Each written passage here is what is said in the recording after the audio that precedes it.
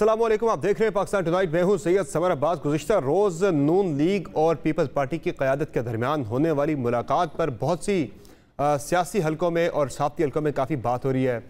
हुकूमत की जानिब से बहुत ज़्यादा सख्त इस पर रिएक्शन सामने आया है।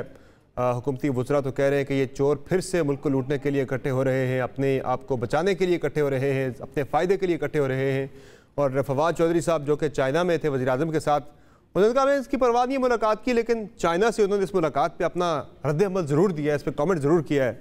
आज भी शेख रशीद साहब कह रहे थे कि मौलाना को तो निकाल दिया बीच में से और ये सारे इकट्ठे हो गए, लेकिन हमें कोई फ़र्क नहीं पड़ता इससे। लेकिन क्या वाक़तन ऐसा है कि इस मुलाकात से हुकूमत को कोई फ़र्क नहीं पड़ता? और फ़र्क पड़ने का जहाँ तक ताल्लुक़ है, ज़ाहिर है माजी इन दोनों जमातों का अगर देखा जाए, पर्टिकुलरली PDM जब से बनी उसके बाद जो एक मिल के तहरीक चलाई गई, उसको अगर देखा जाए तो वाक़तन गवर्नमेंट को फ़र्क नहीं पड़ना चाहिए। लेकिन ये जो दोबारा से ये पार्टीज़ मिली हैं और एक टारगेटेड एक अप्रोच के साथ, यानी एक टारगेट सेट करके ये पार्टीज़ आपस में मिली हैं, वो टारगेट है गवर्नमेंट को हटाना, इमरान खान साहब को तहरीक अदम एतमाद के सिलसिले में, अदम एतमाद के ज़रिए इमरान खान साहब को हटाना। तो क्या अब वो नंबर्स पूरे होने जा रहे हैं? दूसरी तरफ ये भी खबरें आ रही हैं कि अयाज सादिक साहब जो हैं वो पहुँच चुके हैं लंदन मियाँ नवाज शरीफ से मुलाकात के लिए, और तहरीक इंसाफ के 20 अरकान जिन्होंने PTI को छोड़ना है, नून लीग ज्वाइन करनी है, रिपोर्टेडली वो उनके टिकट्स फाइनलाइज करने के वाले से वहाँ उनकी कोई मुलाकात होनी है मियाँ साहब के साथ। तो क्या वाक़तन तहरीक इंसाफ के अंदर कोई फॉरवर्ड ब्लॉक सामने आने वाला है जो कि खुल के पार्टी की मुखालफत का ऐलान करेगा?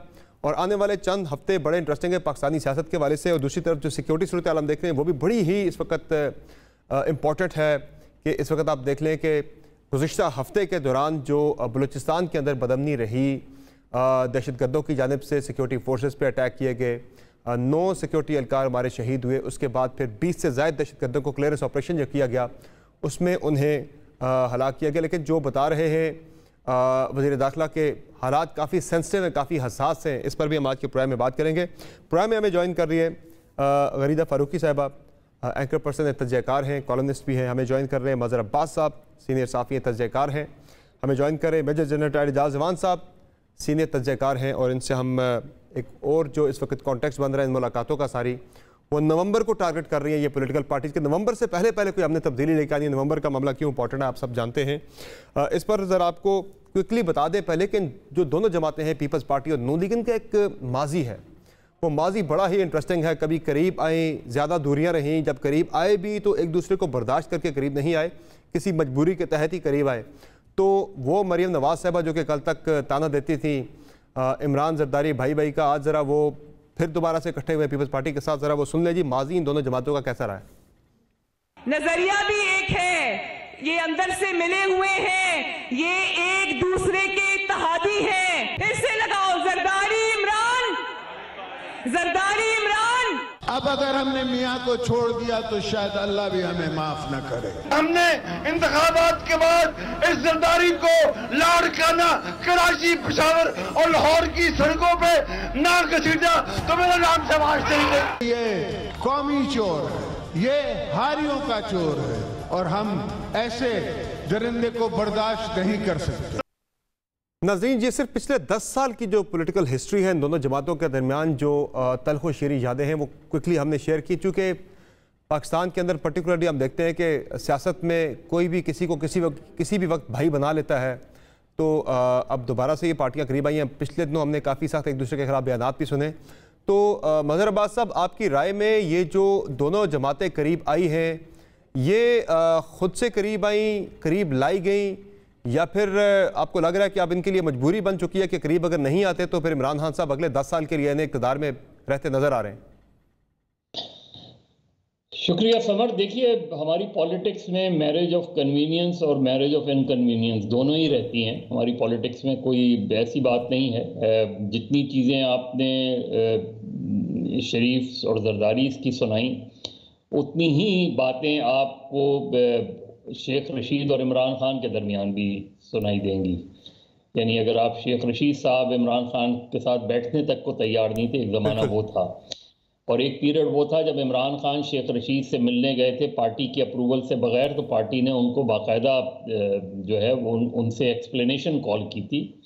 ये सारी बातें नहीं हैं। चौधरीज़ के बारे में इमरान खान के क्या ओपिनियन है, चौधरीज़ इमरान खान के बारे में क्या समझते हैं, MQM इमरान खान के बारे में क्या समझती थी, इमरान खान MQM को क्या, तो ये हमारी सियासत में, और ऐसे ही शरीफ और भुट्टोस का रहा, इसी तरह शरीफ और जरदारी का है, और वही टेंडेंसी सिर्फ लेगेसी ही आगे नहीं जा रही, जो पॉलिटिकल नैरेटिव्स रहे हैं वो भी आगे जाते हैं। तो ये इस वक्त जो सूरत हाल है, मुझे नहीं लगता किसी ने मिलवाया है इनको, दोनों को ये लग रहा है कि they can be a loser अगर वो इकट्ठा नहीं हुए। तो इसलिए इकट्ठा होने की कोशिश कर रहे हैं। इसीलिए कहते हैं कि अपनी जब आप इख्तलाफात करें तो कम से कम इख्तलाफात के साथ ज़बान पे कंट्रोल रहना चाहिए, ताकि ज़बान ऐसी इस्तेमाल ना करें आप एक दूसरे के ख़िलाफ़ कि फिर एक दूसरे को देख के आपको शर्मिंदगी हो कि जी हमने माजी में आपको क्या कहा था और मैंने आपको क्या कहा था। तो मुझे लगता है ये मजबूरी है, या इस मजबूरी में अभी भी अगर मगर सर उस मजबूरी का नाम तो इमरान खान ही है ना, कि भाई इमरान खान उन्हें लग रहा है कि अभी नहीं हटा पाएंगे और आगे भी वो दोबारा आ जाएंगे, या फिर ये नवंबर से पहले वाला मामला वो ज़्यादा इंपॉर्टेंट है कि नवंबर से पहले हटाना है? नहीं, नवंबर वाला मसला तो मेरी अपनी इंफॉर्मेशन के मुताबिक काफ़ी हद तक सेटल हो गया है। लेकिन असल चीज़ ये है कि अगर इस्टेब्लिशमेंट जिसे हम कहते हैं, अगर वो उसका अपना एक न्यूट्रल स्टांस रहा अगले इंतखाबात के मौके पर, क्योंकि हमारा माजी जो इस हवाले से रहा है वो कोई बहुत ऐसा ताबनाक नहीं रहा, तो मेरा ख्याल है कि फ्री हैंड अगर चीज़ों को मिलता है, चाहे फॉर्मेशन ऑफ द गवर्नमेंट हो अगली या इलेक्शंस हों, लेकिन एक चीज़ तय है कि इमरान खान अगले इंतखाबात 2023 से पहले नहीं जा रहे। ये बात तय है कि इमरान खान बहैसियत प्राइम मिनिस्टर अपने टेन्योर और उनकी गवर्नमेंट अपना टेन्योर पूरा करेगी।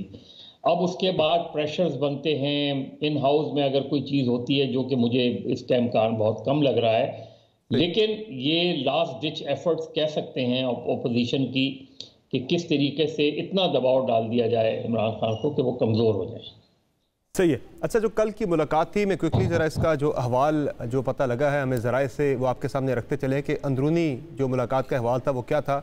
एक तो इसमें मुलाकात के बारे में यह है कि रब्ता जो है वो शहबाज शरीफ साहब ने किया था बिलावल भुट्टो जरदारी के साथ। ये रब्ता पहले भी हुआ था, लेकिन फिर शहबाज शरीफ साहब को कोविड हो गया था, तो शहबाज शरीफ साहब ने रिपोर्टेडली ये कहा बिलावल साहब को फ़ोन करके कि चूँकि आप लाहौर में तो मेरी तरफ जोराने पर आइए।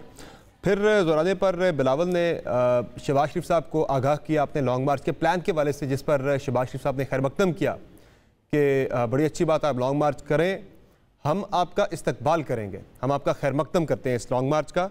और इसके बाद फिर बिलावल भुट्टो जरदारी ने यह कहा कि हुकूमत को घर भेजने का एक ही रास्ता है आइनी और कानूनी, वो है तहरीक अदम एतमाद। उस पर फिर मरीम नवाज साहिबा ने यह तजवीज़ दी कि आप अभी इस मीटिंग के बाद जब प्रेस कॉन्फ्रेंस हो तो आप उसमें तहरीक अदम एतमाद हुकूमत के ख़िलाफ़ लाया जाना आप अनाउंस कर दें, आप इसका ऐलान कर दें कि हम ला रहे हैं, इसको आज अनाउंस करते हैं। तो उस पर फिर बिलावल भुट्टो जरदारी ने कहा कि आप अपनी पार्टी के अंदर आपकी मुख्तलिफ आरा हो सकती हैं, आप पहले अपनी पार्टी के CSA का इजलास बुलाइए, उसके बाद फिर आप PDM के अंदर भी इस मामले को रखिए, उसके बाद फिर इस पर मुशावरत करके हम इसे अनाउंस करेंगे।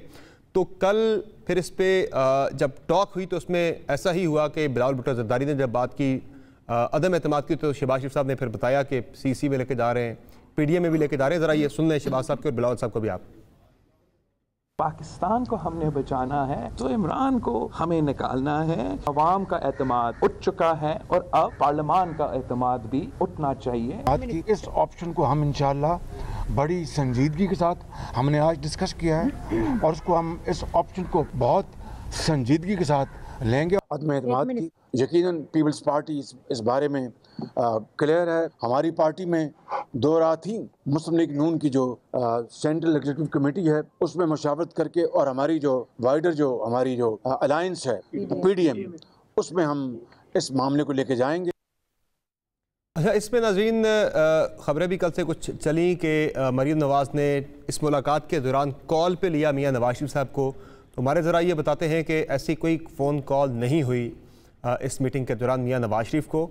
और मरीम नवाज साहब के बारे में ये बताया जाता है ज़राए की जानिब से कि इस मुलाकात से के बारे में जब फ़ोन पे बात हो चुकी थी तो इस सारे मामले में मरीम नवाज साहब ऑन बोर्ड नहीं थी। जब ये तय पा चुकी तो उसके बाद फिर शहबाज साहब ने उन्हें इस मीटिंग के अंदर इन्वाइट किया। बहरहाल अब अदम एतमाद की तरफ मामला जा रहा है और बिलावल भुट्टो जरदारी साहब को यह लगता है, जो उन्होंने सुहेल वड़ाई साहब को बताया कि इस्टेब्लिशमेंट जो है वो न्यूट्रल हो चुकी है, हाँ अभी थोड़ा सा टिल्ट रह गया खान साहब की तरफ, तो हम इस मौके से फ़ायदा उठा सकते हैं तहरीक अदम एतमाद ला के। तो इजाज़ खान साहब, आपको लग रहा है कि ये मौका है अपोजिशन के पास, दुरुस्त मौका है कि वो इस मौके से फ़ायदा उठा सकते हैं? वो जो कह रहे हैं कि बिल्कुल इस्टेब्लिशमेंट न्यूट्रल है, वो पहले कहा करते थे कि कॉलें आती हैं, नामुमकिन ऐसा करना।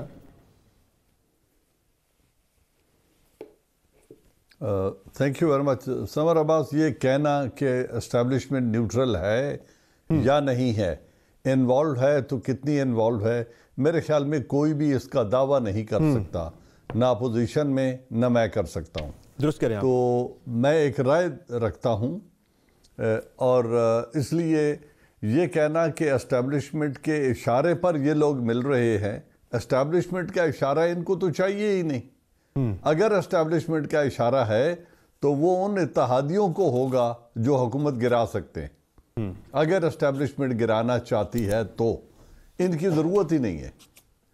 तो अगर, क्योंकि ये तो पिछले 4 साल से हुकूमत गिराने का इरादा रखते हैं, इनमें से कोई भी हो, लेकिन चूंकि पीपल्स पार्टी बरसरे इक़्तिदार है और वो एक सूबे पर पिछले 13 साल से 13.5 साल से हुकूमत कर रही है, अब लोकल बॉडीज़ इंतखाबात और आने वाले इंतखाबात की तैयारी का वक्त है।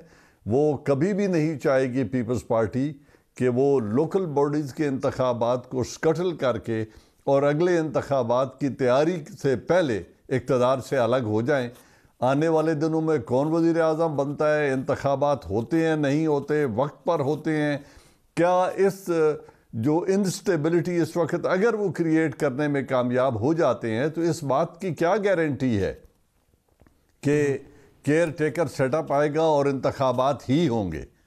तो ये जो अबहम है, मेरे ख्याल में मुल्क के हालात और जो मुझे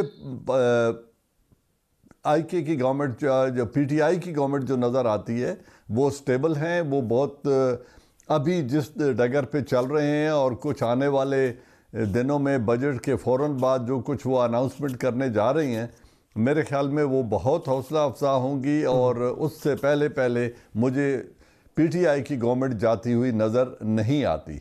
अच्छा सर, ये नवंबर का जो मामला है, मैं एक जगह पे बयान पढ़ रहा था मरीम नवाज साहबा का कि नवंबर से पहले खान साहब को हटाएंगे। वो ज़रा नवंबर का एक कॉन्टेक्स्ट है, नवंबर 2022 की जब हम बात करते हैं, उस कॉन्टेक्स्ट में आपको लग रहा है कि ये पार्टियां ज़रा जल्दी में हैं कि जल्दी इससे पहले कि वो नवंबर का फैसला खान साहब करें, उनको हटा दिया जाए? चूँकि उनको तो लग रहा है कि खान साहब ने क्या फैसला करना, उन्हें थोड़ा सा अंदाज़ा है इस बात का, बल्कि थोड़ा सा नहीं, मुकम्मल अंदाज़ा है इस बात का। मेरे ख्याल में उसका खान साहब को भी नहीं पता होगा कि उन्होंने क्या फैसला करना है। देखो, आने वाला वक्त, पहली बात तो यह है कि मैं तो बड़ा एक देहाती सा आदमी हूँ और मुसलमान हूँ।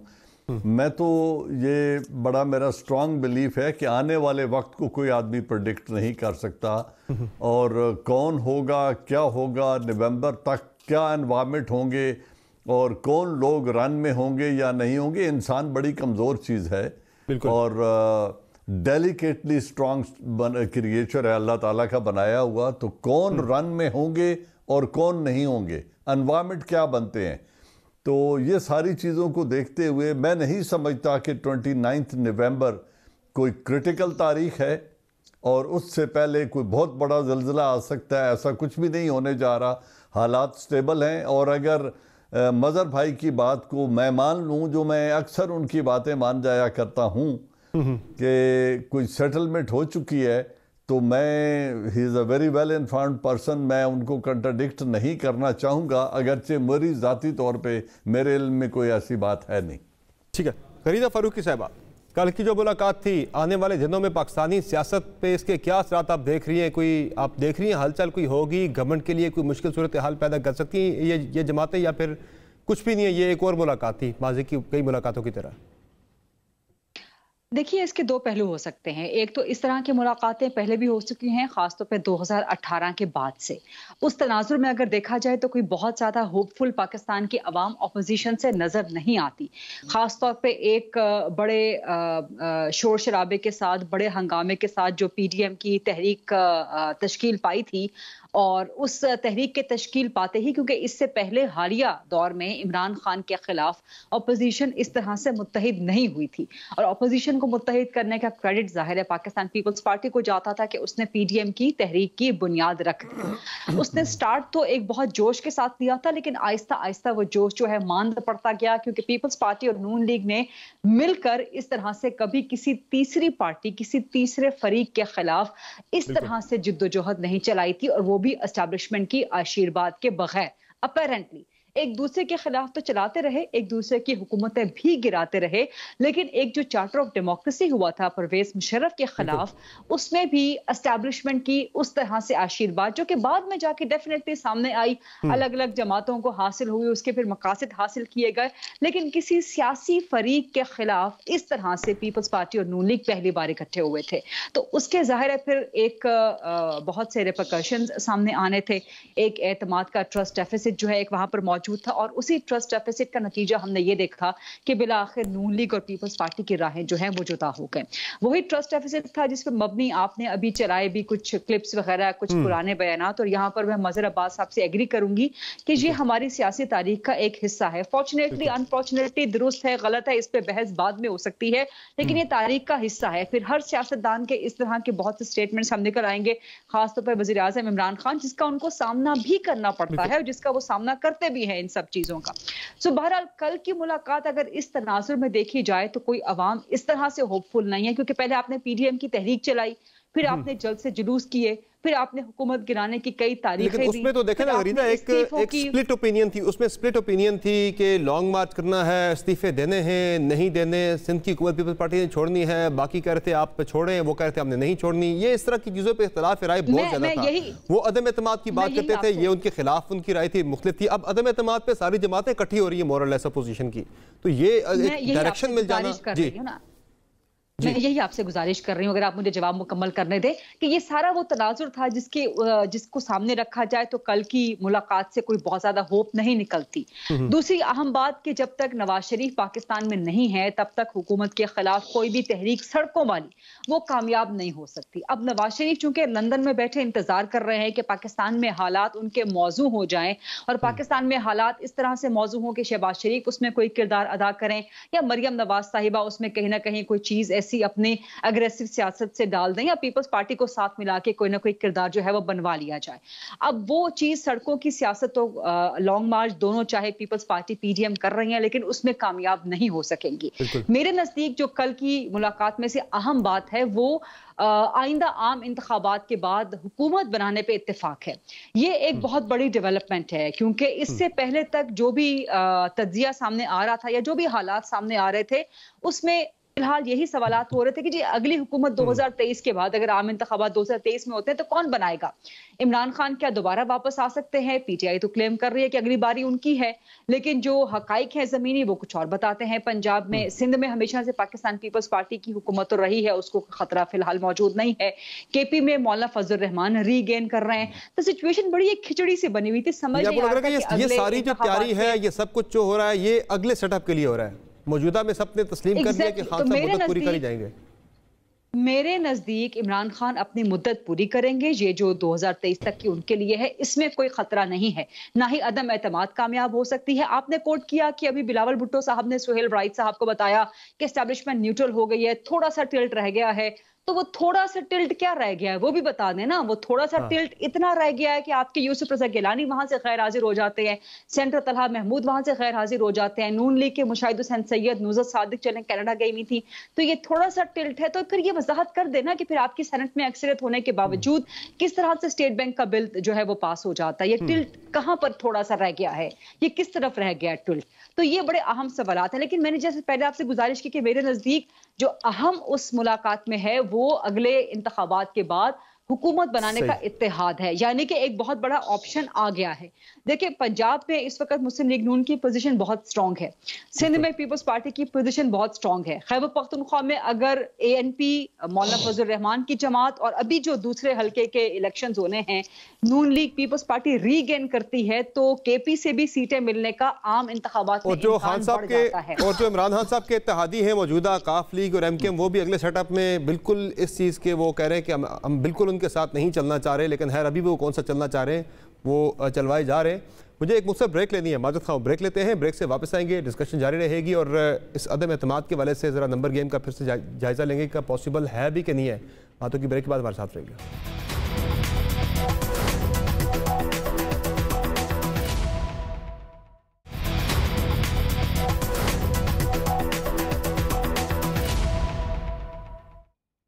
वेलकम बैक टू नाज़रीन। अब इत्तफाक राय कल की मुलाकात में तो यही हुआ है कि तहरीक अदम एतमाद लेकर आनी है और अब ज़रा ये बताते हैं कि पंजाब के अंदर भी इत्तफाक राय हो रहा है नून लीग और पीपल्स पार्टी के दरमियान तहरीक अदम एतमाद लाने के लिए। चूँकि पहले नून लीग नहीं मान रही थी, वहाँ पर भी अब वहाँ पर भी नून लीग मान गई है और सेंटर के अंदर भी नून लीग मान गई है कि तहरीक अदम एतमाद लाई जानी चाहिए इमरान खान साहब के ख़िलाफ़।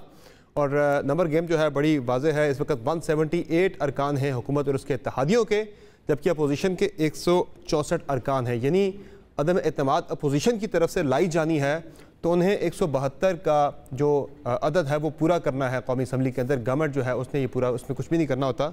अपोजिशन लाने वाले ने नंबर पूरा करना, तो 164 है तो उन्हें 8 बंदे जो हैं वो किसी भी तरह से पूरे करने हैं हुक्मरान इत्तेहाद में से तोड़ कर।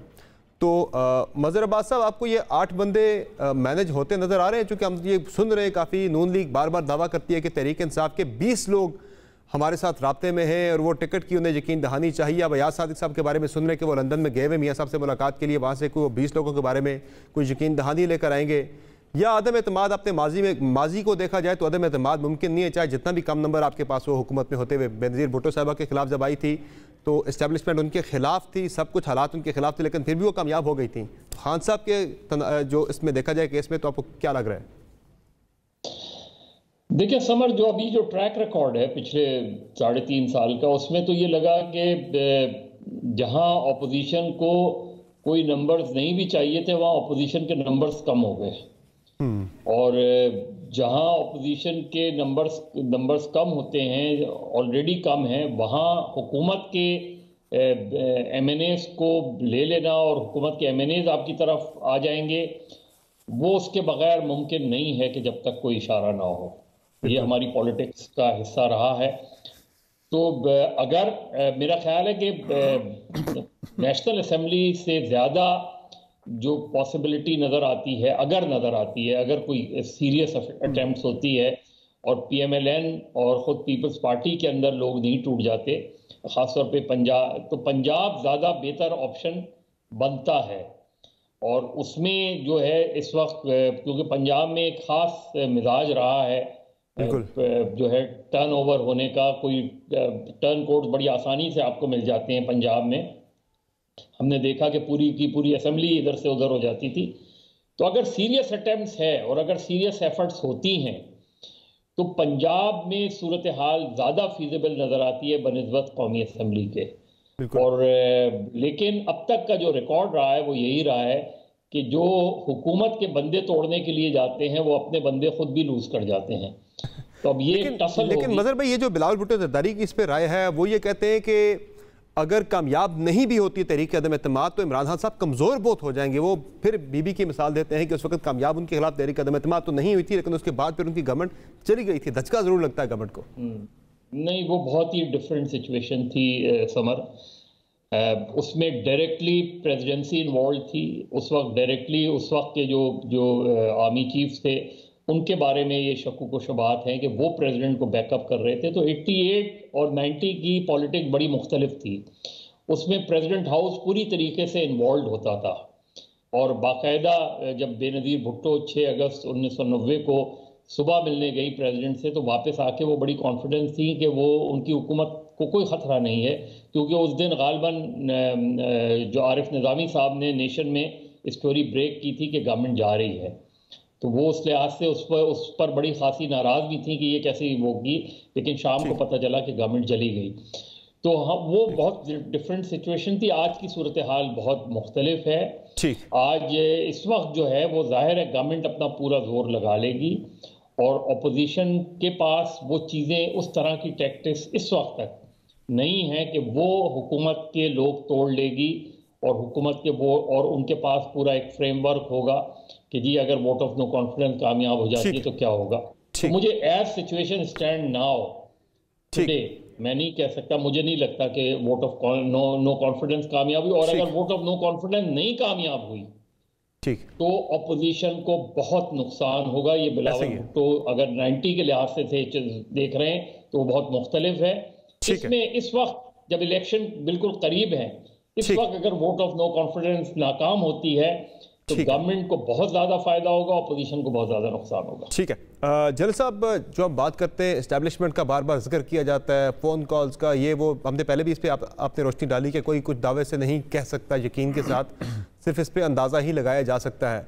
लेकिन अगर इस वक्त हम पाकिस्तान के हालात देखें, जिस तरह के हालात का हमारे मुल्क को सामना है, अगर ऐसे कोई सूरत हाल बन भी रही हो, जाहिर है इस वक्त पाकिस्तान का मुफाद पहले देखा जाएगा कि अगर कोई यहाँ पे पॉलिटिकल इंस्टेबिलिटी आती है, पाकिस्तान इस वक्त उसका मुतहम्मल नहीं हो सकता। अफगानिस्तान की सूरत हाल देख रहे हैं, बलूचिस्तान के अंदर जो इस वक्त बदअमनी की सूरत हाल है, लग रहा है अगर कोई ऐसी बन भी रही हो तो वो फिजिबल नहीं है इस वक्त पाकिस्तान के लिए ऐसी कोई चीज़। समर अब्बास, देखें ये बड़ा एक आप जो सवाल कर रहे हैं, लेट्स टॉक अबाउट इट। मुझे बताइए ये with all the wisdom that anyone has, 3.5 साल तक इस पूरी अपोजिशन ने एक नैरेटिव चलाया, राइट और रॉन्ग की बहस में हम नहीं जाते, बिल्कुल, कि इमरान खान को आर्मी लेके आई है, एस्टैब्लिशमेंट लेके आई है, कोalition एस्टैब्लिशमेंट ने बनवाई है, इस कोalition को एस्टैब्लिशमेंट ने ही जोड़ के रखा हुआ है पीटीआई के साथ, और पीटीआई की सर्वाइवल की अभी तक की जिम्मेदार पाकिस्तान आर्मी है। यही कहा जाता है ना, यही नैरेटिव है जो सिलेक्टेड एंड सिलेक्टर और ये पूरी अपोजिशन यही एक नैरेटिव लेके चलती रही है। फिर ये भी बीच में आया कि जी जनरल कमर जावेद बाजवा को एक 3 साल की और एक्सटेंशन मिल गई, ये भी रियलिटी ऑन ग्राउंड है। ओके, अगर इस दो के साथ मुझे ये बताइए आर्मी चीफ क्या लेगेसी छोड़ के रिटायर होंगे अगर वो गिरवाते हैं ये हुकूमत।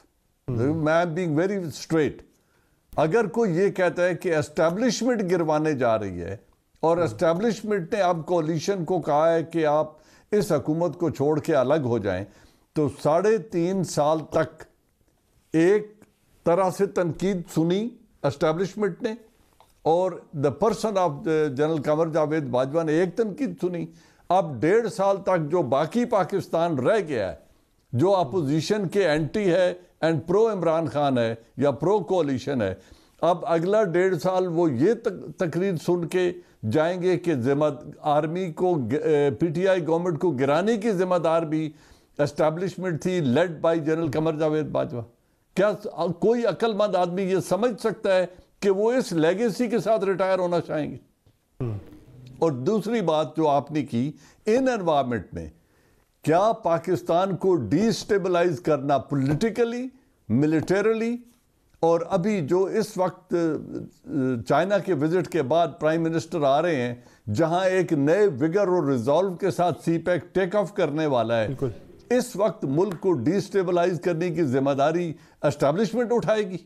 मेरे ख्याल में ये सारे मफरूजे, ये तमाम तर जो एक माइंड सेट है, एक खास तरीके से आर्मी को ड्रैग करके हर अच्छी और बुरी चीज़, ज़्यादा बुरी चीज़ों का जिम्मेदारी फौज पे डाली जा रही है। मेरे ख्याल में वो बहुत पॉजिटिव रोल प्ले कर रहे हैं establishment, government of Pakistan, any government of the day, and particularly led by general Qamar Javed Bajwa. ये जो present government of the day है, इसको वो पूरी तरह कॉन्स्टिट्यूशनल सपोर्ट दे रहे हैं, देते रहेंगे।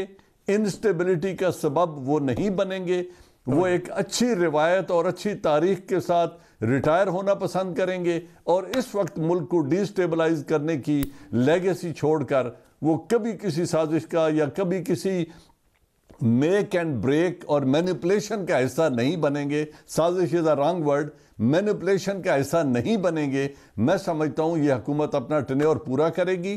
पॉलिटिशियंस किसी के सगे नहीं है, I am very sorry to say, ये किसी के भी सगे नहीं है। ठीक है, अच्छा, ये एक दूसरे के साथ भी मुखलिस नहीं है, और अदारे के ऊपर भी एक्यूजिशंस अपने मफाद के लिए ये हमेशा से करते आ रहे हैं और हमेशा करते रहेंगे। लिहाजा मुझे ये हुकूमत स्टेबल नजर आती है, मुझे कोई तब्दीली होती नजर नहीं आती, और कम अज कम ये जिम्मेदारी या ये मलबा एस्टैब्लिशमेंट अपने ऊपर नहीं गिराना चाहेगी, क्योंकि इसको कोई भी शख्स इसको अफोर्ड नहीं कर सकता। बिल्कुल सही, कोई से अफोर्ड नहीं कर सकता। ये हालात है, सब चीज़ों को देखते हुए जो वुज़रा हैं उनका कॉन्फिडेंस जब हम देखते हैं, वो पीडीएम से भी खाइफ नहीं है, वो अगले सेटअप के बारे में भी बात कर रहे हैं बड़े दावे के साथ। जरा फवाद चौधरी साहब का आप बयान सुन लें, उसके बाद आपको शेख रशीद साहब का भी सुनाएंगे। जरा पहले फवाद साहब को सुन लेंगे। ये सारा असल में एक क्रिमिनल्स का गैंग है जो कि पाकिस्तान में उस वक्त इकट्ठा होता है जब आप इनके जराइम को रोकने की कोशिश करें या इनकी दौलत को पाकिस्तान वापस लाने की कोशिश करें। पाकिस्तान ढीली ढाली मूवमेंट की जो डेस्परेशन है वो बढ़ रही है, आपको दोबारा भी बहुत ही बुरी तरह शिकस्त होगी। और शेख रशीद साहब को भी अपोजिशन की सियासत नस्ला टावर की तरह लगती है, सर उन्हें भी सुन लें। नवाज शरीफ की सियासत का मुस्तकबिल बताएगा कि उनकी सियासत नस्ला टावर की तरह गिरेगी और पीपल्स पार्टी की सियासत जो है तिजोरी हाइट्स की तरह गिरेगी। सारे गंदे अंडे इकट्ठे होकर इस्लामाबाद आओ, एक ही ठोकर में आपको मार देंगे। ये अंधे ख्वाब देखने वाली अपोजिशन अपनी सियासी मौत मरने जा रही है। फजलुर रहमान साहब, कल आपको उन्होंने मक्खी की तरह निकाला है। अब नाज़रीन, जो इस वक्त महंगाई की सूरत हाल है, अभी जुलाई से हुकूमत इनकम टैक्स जो है वो बढ़ाने जा रही है। जो तनख्वाहदार तबका है उसके ऊपर बोझ ठीक ठाक डलने जा रहा है। 160 अरब रुपए का IMF को एग्री कर लिया है गवर्नमेंट ने। इन सारे कुछ के बावजूद, इन तमाम बुरे हालात के बावजूद क्यों कॉन्फिडेंस है ये वज़रा का, इस पर क्विकली हम ब्रेक के बाद जवाब लेंगे। गरीदा फारूकी साहब का हमारे साथ रहेगा।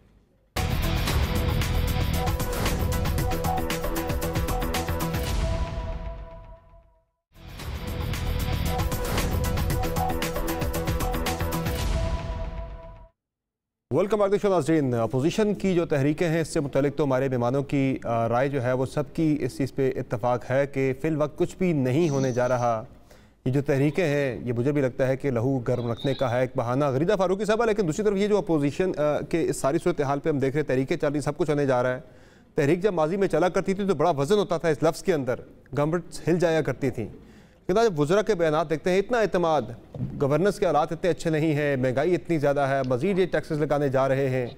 फिर ये इस एतमाद की वजह फिर आपको क्या लगती है? इसकी 3 वजूहात हैं समर अब्बास साहब। सबसे पहले तो अपोजिशन की नाअहली।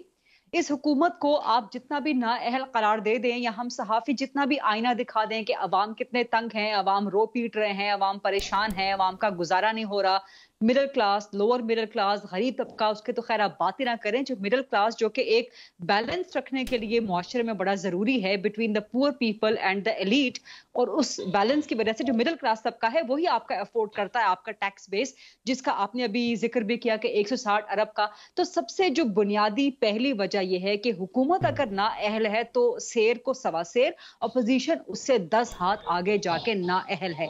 अब मैंने जो पहले आपसे गुजारिश की कि पीडीएम की तहरीक बड़े धूम धड़के के साथ स्टार्ट हुई थी, लेकिन उसका अंजाम जिस बुरे तरीके से हुआ और उस दौरान जितनी तारीखें आई हुकूमत को गिराने की, इस्तीफे के देने की, अदम एतमाद के आने की, फिर जो सारा कुछ एक रिफ्ट रहा between Peoples Party and PMLN, फिर मौलाना फजल रहमान नाराज होते रहे PMLN के साथ, फिर नवाज शरीफ की वापसी नहीं हो रही, आएंगे कब आएंगे, आने का एकदम जवार भाटा उनका खड़ा हो जाता है, फिर वो बैठ जाते हैं कि नहीं जी वो नहीं आ रहे।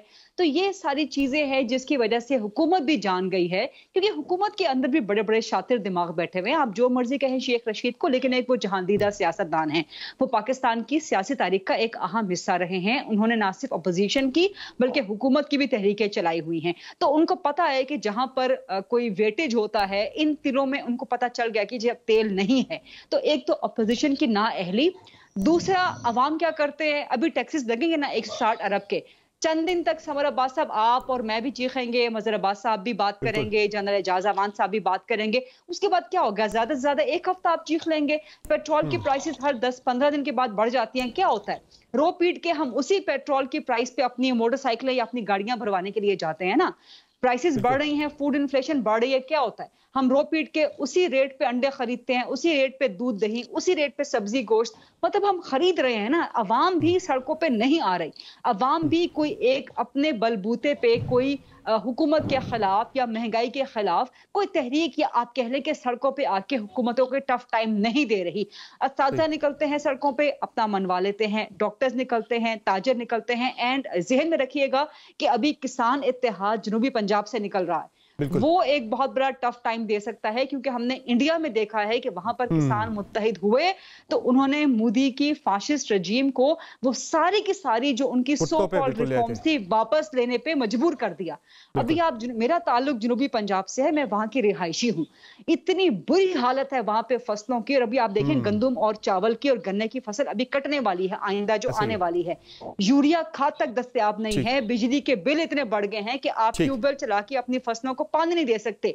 और तीसरी, वेरी क्विकली एस्टैब्लिशमेंट के पास फिलहाल कोई ऑप्शन मौजूद नहीं है इमीडिएटली टिल 2023, और उसके लिए एक और बड़ा अहम स्टेप नवंबर 2022 का फैसला, जो कि अभी तक एक डोल ड्रम्स में है, अभी तक डिसाइड नहीं हुआ कि इस तरफ जाना है या उस तरफ जाना है। तो ये सारी चीजें हैं जो मिल मिला के हुकूमत को कॉन्फिडेंट कर रही हैं कि जी हम 2023 तक बिल्कुल जमे हुए हैं। अपोजिशन जो मर्जी कर ले, नो कॉन्फिडेंस तो उनसे होना नहीं है, तहरीकों से उनकी हुकूमत जानी नहीं है। बिल्कुल मजहरबाज साहब, चूंकि कराची की हम बात करें तो MKM और ANP के दरमियान हमने बड़ी राइवलरी देखी, कोई बड़ी इंटरेस्टिंग चीज़ें हो रही है। जहाँ पीपल्स पार्टी और नून लीग का दोबारा से मिलाप देख रहे हैं तो यहाँ पे MKM की क़यादत मिल रही है, जाके ANP की क़यादत के साथ बड़ी ज़बरदस्त तरीके से उनकी मीटिंग्स हो रही हैं। MKM की आपको क्या लग रहा है कि वो कराची के अंदर क्या देख रही है, अपना कोई नए इत्तेहादी की तलाश में है, किस तरफ जा रहे हैं हालात वहाँ के? देखिए समर, एक तो वो जो पिछली हम बात कह रहे थे, शेख रशीद साहब मिसालें सही दिया करें। नस्ला टावर की बहुत ही गलत मिसाल दी, क्योंकि लोग जो हैं यहाँ के वो नस्ला टावर के गिरने के हक में नहीं थे। बिल्कुल, लोग उन फैमिलीज के साथ खड़े थे जिन्हें नस्ला टावर की वजह से बेदखल किया गया। बिल्कुल, तो मेरा ख्याल है जब हम शेख साहब मिसाल दिया करें तो ज़रा जो है वो सोच समझ के मिसाल दिया करें। दूसरी बात ये कि यहाँ की सियासत बहुत मुख्तलिफ है, सिंध की पॉलिटिक्स बिल्कुल मुख्तलिफ है। ये जो इस वक्त ANP और MQM की मुलाकात हुई है उसका एक ख़ास कॉन्टेक्स्ट है, क्योंकि हैदराबाद में हाल ही में आफाक अहमद ने एक तकरीर की थी जिसकी वजह से एक एथनिक टेंशन बिटवीन पश्तून्स और उर्दू स्पीकिंग डेवलप हो गई थी। तो मेरा ख्याल है उसको थोड़ा सा, फिर ये कि लोकल बॉडीज इलेक्शन आने वाले हैं, MQM जो है उनका मोस्ट प्रोबेबली यहाँ जो सबबंदी हो रही है उसमें peoples party, Jamaat Islami, PSP, इनकी अंडरस्टैंडिंग बन रही है। अभी हाल ही में देखें आपने कि दोनों जमातों से उन्होंने जो है एग्रीमेंट किया है लोकल बॉडीज़ के हवाले से। MQM पाकिस्तान और पाकिस्तान तहरीक इंसाफ और जो है दूसरी जो जमातें हैं GDA, उनके दरमियान एक इत्तेहाद है जो ऑलरेडी है भी इत्तेहाद, और वो उस इत्तेहाद के प्लेटफॉर्म से ही अगला इलेक्शन लड़ना चाह रहे हैं। नून लीग जो कराची में है उसके पॉकेट्स हैं, लेकिन मोस्ट प्रॉब्ली पीपल्स पार्टी नून लीग के साथ एडजस्टमेंट करेगी यहाँ भी। ठीक है, चले आपकी राय सर आगे। जज साहब, कंक्लूडिंग रिमार्क्स आपके सारी सिचुएशन पे।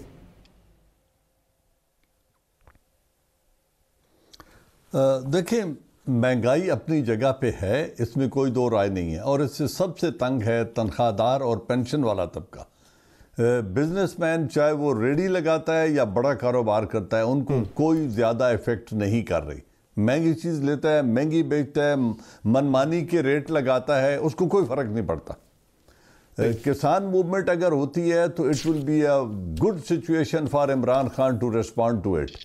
वो इसी के कवर में लेते हुए वो वहाँ पे ट्यूबवेल्स और इनकी बिजली पे सब्सिडी दे देंगे और खाद पे लगाए हुए टैक्सेस वापस ले लेंगे, एंड वो विन विन सिचुएशन क्रिएट हो जाएगी अगर किसान मूवमेंट होती है तो। और अगर सदर्न पंजाब का गिफ्ट वो अगले साल दे देते हैं इनको, जो कि मोस्ट लाइकली है सदर्न पंजाब के सूबे का, तो मैं नहीं समझता कि सदर्न पंजाब से उठने वाली कोई भी मूवमेंट उनकी हुकूमत को डिस्टेबलाइज कर सकती है।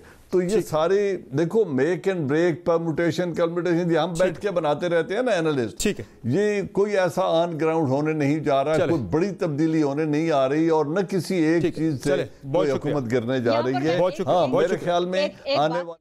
बहुत शुक्रिया जी। गिरिजा, क्विकली आप कुछ कहना चाह रही हैं? बड़ी रिलीफ अगला साल क्या अगली नस्ल तक मेरी बात लिख के रख ले। मैं चैलेंज करती हूँ सबको कि जनूबी पंजाब का सूबा नहीं बनेगा।